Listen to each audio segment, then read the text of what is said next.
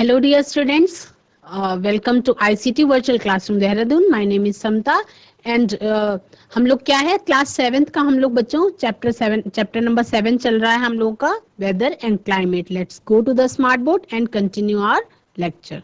पाया जाने वाला अनुकूलन जो है वो आपका कहलाता है जो अलग अलग रीजन्स में पाया जाता है, अलग अलग रीजन्स में पाया जाता है.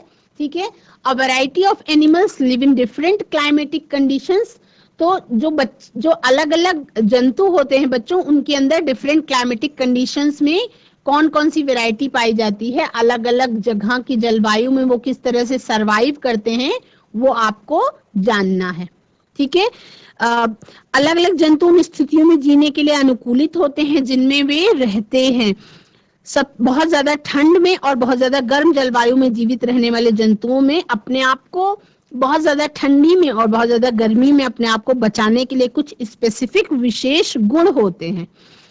तो आप सबको जो ये सभी स्पेशल गुण होते हैं और लक्षण होते हैं जो जंतुओं को उनकी रहने वाली जगह से अनुकूलन करने में सहायक होते हैं बच्चों, वो आपके क्या कहलाते हैं, एडॉप्टेशंस कहलाते हैं. वो आपके क्या कहलाते हैं, एडॉप्टेशंस कहलाते हैं.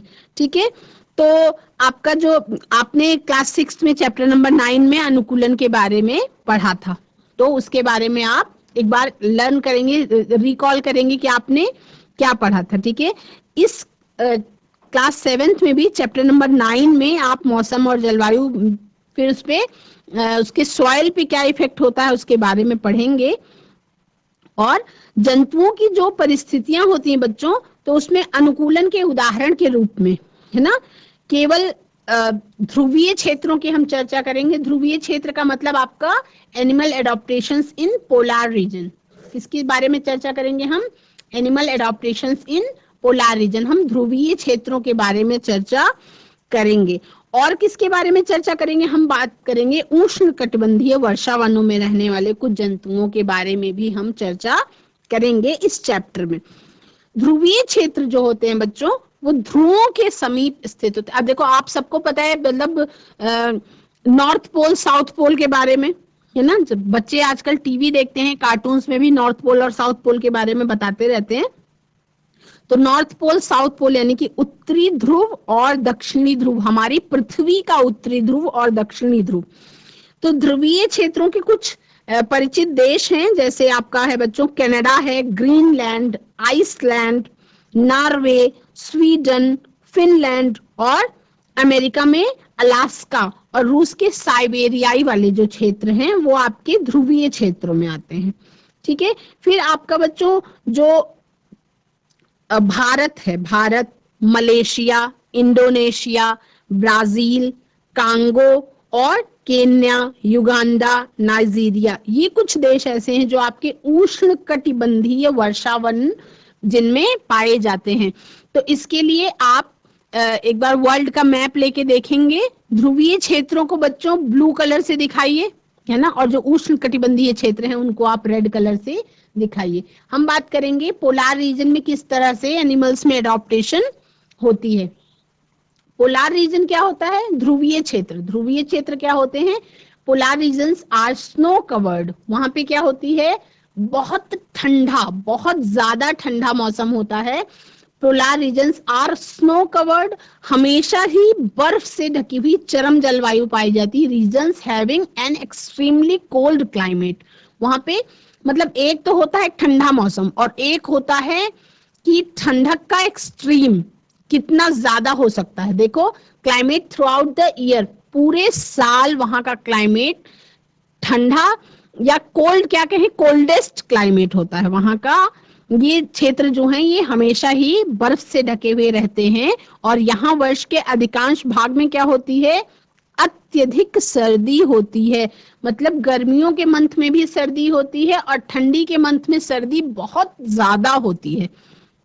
ध्रुवों पर क्या होता है कि 6 महीने तक सूर्यास्त यानी कि सूरज जो है वो नहीं ढलता है और बाकी 6 महीनों तक क्या होता है, सूर्योदय ही नहीं होता है, यानी कि सूरज निकलता नहीं. तो 6 महीने का दिन और 6 महीने की रात होती है. ठीक है.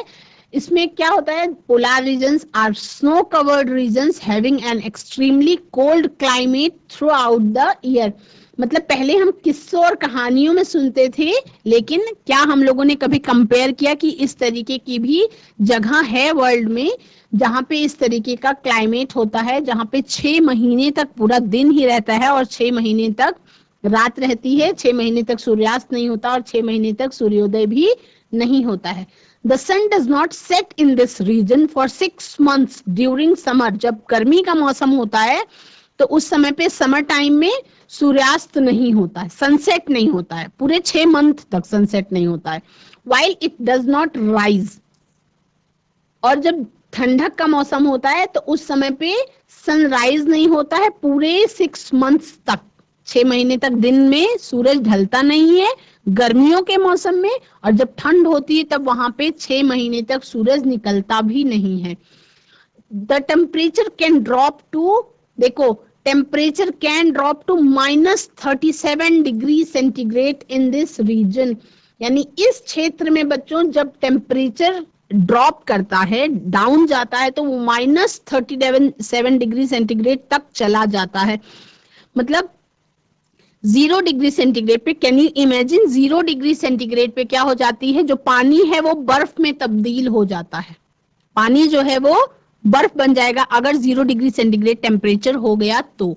ठीक है, आप सबको पता है कि जब 0 डिग्री सेंटीग्रेड टेम्परेचर आपके फ्रीजर का होता है वहां पे पानी बर्फ के रूप में बदल जाता है। तो यहाँ पे क्या मतलब 0 डिग्री सेंटीग्रेड के बाद फिर टेम्परेचर माइनस में करने लगते हैं। ठीक, -1, -2, -3। तो यहाँ पे मतलब सोचो कितना चरम सीमा की ठंड होती होगी, -37 डिग्री सेंटीग्रेड तक हो जाता है टेम्परेचर, है ना। तो यहाँ पे रहने वाले जो जंतु हैं बच्चों, वो इन चरम सीमा के ठंड में भी रहने के लिए अनुकूलित हो जाते हैं। जिसमें हम किसके बारे में, पोलर बियर या ध्रुवीय भालू के बारे में बात करेंगे। ये कोई फैंटेसी का मूवी नहीं, ये सत्य में है और इसके बारे में हम आज जानेंगे। हम आज ध्रुवीय भालू और पेंगुइन के एग्जाम्पल से ये जानने की कोशिश करेंगे कि उनके शरीर में ऐसी क्या एडॉप्टेशन है, ऐसी क्या अनुकूलन है जिससे वो वहां के क्लाइमेट में अपने आप को सरवाइव कर पाते हैं। ठीक है, how to animals living in this region survive. यहाँ पे रहने वाले जो एनिमल्स हैं वो कैसे सरवाइव करते हैं, क्या रीजन है, उनके शरीर में ऐसे क्या चेंजेस होते होंगे जिससे वो उस जगह पे सरवाइव कर पाते होंगे।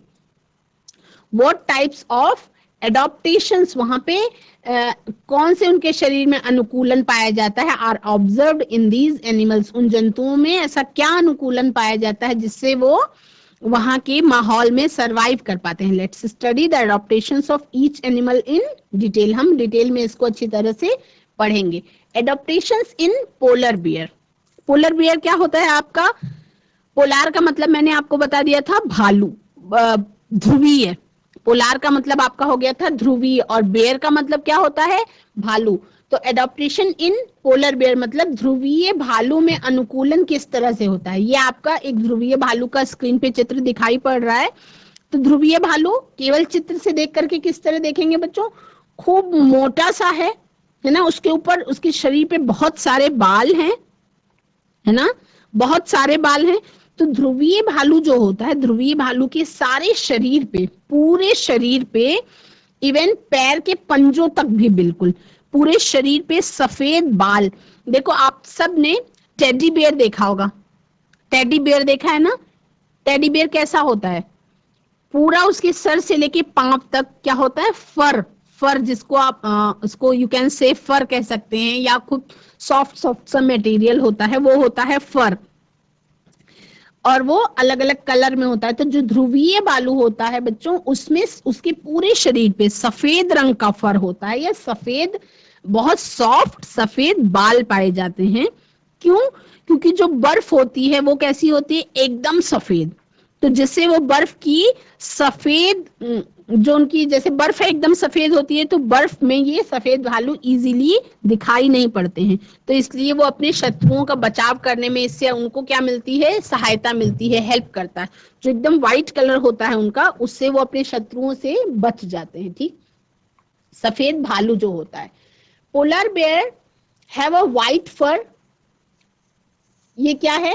Polar bear have a white fur which allows them to blend in with their surroundings, अपनी सराउंडिंग्स में वो छिपने में हेल्प करते हैं। जैसे आपका गिरगिटान होता है पेड़ों ब्राउन कलर का और पेड़ों की डालियों पे छिप जाता है तो दिखाई नहीं पड़ता इजीली, उसी तरह से इनके अंदर ये एडॉप्टेशन है कि ये व्हाइट फर से इनका पूरा शरीर ढका हुआ रहता है और इसलिए फिर ये किसी मतलब अपने शत्रु से बच पाते हैं। It also helps them in catching there pray, वो शत्रु से भी बच पाते हैं और अपना शिकार भी इजीली वो कर पाते हैं, क्योंकि इस तरीके का इनका शरीर होता है कि वो बर्फ में आते जाते हुए इजीली दिखाई नहीं पड़ते। ठीक है, ये अपने शिकार को पकड़ने में भी सफेद रंग इनका जो है वो हेल्प देता है। क्या क्या होता है बच्चों इनमें? They have 2 thick layers of fur, 2 fur की बहुत मोटी परत होती है। इनमें बालों की, फर की 2 बहुत मोटी परतें होती हैं। और देखो दिखने में कैसा दिख रहा है? खूब मोटा सा दिख रहा है ना, खूब मोटा सा दिख रहा है। क्या है ये? जो 2 बालों की फर की परत होती है विच protect them from the extreme cold of the polar region. ये क्या करती है? देखो जो आपकी जैकेट होती है, आपकी फर की जैकेट आपने देखी होगी, जो आप जैकेट्स के अंदर वाला जो पार्ट होता है बच्चों उसमें फर टाइप का कुछ मटेरियल लगा होता है, किससे? ठंड से बचाने के लिए। ट्रैकिंग पे जाने के लिए बहुत स्पेसिफिक स्पेशल फर वाले जैकेट्स आते हैं। क्यों? वो ठंड से, एक्सट्रीम कोल्ड से बचाते हैं। तो इनके शरीर पे उस फर की डबल लेयर होती है और बहुत मोटी मोटी होती है। They have a layer of fat under their skin, पहले 2 फर की लेयर होती है इनके शरीर पे, उसके बाद फिर इनकी स्किन होती है, त्वचा होती है, और उस त्वचा के अंदर फैट जो है वो इनके शरीर में बिल्कुल जमा हुआ होता है। ठीक है, which keeps them well insulated, वो उनको क्या करता है? इंसुलेटेड रखने में हेल्प करता है। इंसुलेशन का मतलब क्या होता है? इंसुलेटेड, देखो आपने इंसुलेटेड वाटर बॉटल्स आती हैं, ठीक है, जो आपका केतली होती है जो गर्म चाय को गर्म रखती है लंबे समय तक और ठंडी चाय को ठंडा रखती है, गर्म पानी को गर्म रखती है, ठंडे पानी को ठंडा रखती है। आपका हॉट केस होता है, वो क्या होते हैं बच्चों? वो इंसुलेटेड बर्तन होते हैं। इंसुलेटेड बर्तन का मतलब कि बाहर के मौसम का उसके अंदर के मौसम पे कोई प्रभाव नहीं पड़ना, क्या कहलाता है? आपका इंसुलेशन कहलाता है। तो इसमें चरम शीत से बचाने के लिए, बहुत ज्यादा ठंड होती है तो उससे बचाने के लिए इनके बालों की, फर की जो होती है वो 2 मोटी परतें होती हैं। इनकी त्वचा के नीचे फैट की, वसा की एक मोटी परत होती है। और एक्चुअल में क्या होता है कि जो ध्रुवीय भालू का शरीर इतनी अच्छी तरह से शीतरोधी होता है कि जब वो धीमे धीमे चलते हैं ताकि उनके शरीर का ताप आवश्यकता से अधिक ना हो जाए, उनका शरीर अंदर से कैसा होता है? वो रहते तो बहुत ठंडे मौसम में है लेकिन उनका शरीर अंदर से कैसा होता है? गर्म होता है। क्यों? क्योंकि इंसुलेटेड होता है, बाहर के मौसम का उनके शरीर के अंदर के मौसम पे कोई फर्क नहीं पड़ता, क्योंकि ये हैं वार्म ब्लडेड एनिमल्स ही हैं, है ना। इनका जो रक्त होता है वो गर्म होता है। तो दे मूव स्लोली, बहुत धीरे धीरे चलते हैं। And rest often while moving from one place to another to avoid what overheating their bodies, क्योंकि अगर ये बहुत तेज चलने लगेंगे तो इनके शरीर का तापमान जो है वो ज्यादा बढ़ जाएगा। मतलब इनके शरीर के अंदर इतनी गर्माहट होती है कि उतने -37 डिग्री सेंटीग्रेड टेम्परेचर पे भी उनके शरीर के अंदर की गर्माहट बनी रहती है। क्या होता है?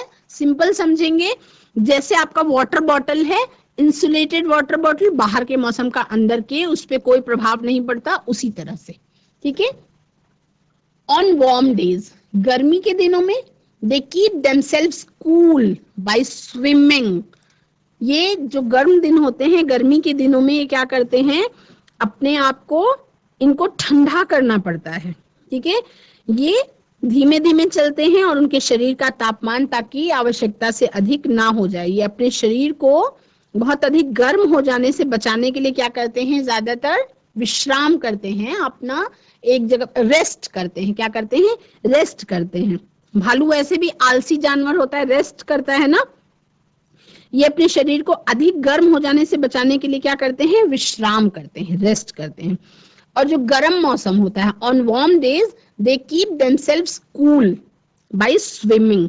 ये क्या करते हैं, गर्म मौसम में भौतिक क्रियाकलापों के बाद जो ध्रुवीय बालू इतने अंदर से गर्म होते हैं कि इनको अपने शरीर को ठंडा करने के लिए क्या करते हैं बच्चों, ध्रुवीय बालू समुद्री जल में तैरते रहते हैं। जो समुद्र मतलब ऊपर तो बिल्कुल बर्फ होती है, लेकिन उसके अंदर समुद्री जल में वो क्या करते हैं, तैरते रहते हैं।